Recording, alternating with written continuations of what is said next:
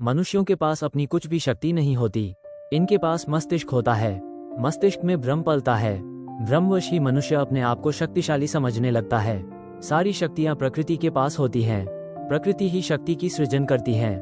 नमस्कार, स्वागत है आपका राजयोग 6-5 में। मैं हूं आपका न्यूमरोलॉजर दोस्त मिथिलेश रॉय। दोस्तों, शक्ति से तात्पर्य अपनी क्षमता के विकास से है। आपकी जितनी क्षमता है उतनी ही आपके पास शक्ति है।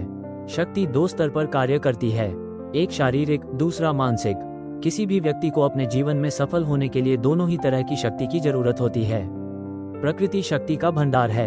हम भी प्रकृति का ही एक अंश हैं। जब हम अपने व्यवहार से प्रकृति से अलग हो जाते हैं, उनसे जुड़ा हुआ गर्भनाल टूट जाता है, तब प्रकृति से मिलने वाली शक्ति की धारा हम तक प्रवाहित होनी बंद हो जाती है। लेकिन अपने आचार व्यवहार से प्रकृति से जुड़े रहने पर शक्ति का संचार उनसे हम में होता रहता है। खुद को प्रकृति से संबद्ध करने और उनसे ऊर्जा ग्रहण का सबसे आसान तरीका को अपनी दिनचर्या में शामिल कर लेने से भी आपकी शारीरिक और मानसिक क्षमता में उत्तरोत्तर वृद्धि करता रहेगा। आप 6 बजे से पहले अपना बिस्तर त्याग दीजिए, उठिए और सीधा अपनी छत पर चले जाइए। पूर्व की ओर मुख करके पहले नारायण स्वरूप दीनानाथ दिनकर को नमस्कार कीजिए, फिर पालती मारकर बैठ जाइए। आप गहरी सांस लीजिए, उस वायु को क्षणिक देर रोकिए, फिर छोड़ दीजिए। ऐसा आप 5 मिनट तक 1-2 सप्ताह तक नियमित रूप से कीजिए। आपको खुद पता चल जाएगा कि प्रकृति की शक्ति क्या होती है। 6 बजे से पहले इस विधि से आप प्रकृति से प्राणवायु ग्रहण कर सकते हैं।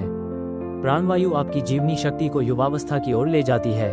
युवावस्था का अर्थ होता है शक्ति को संरक्षित रखने की क्षमता और उसका सदुपयोग।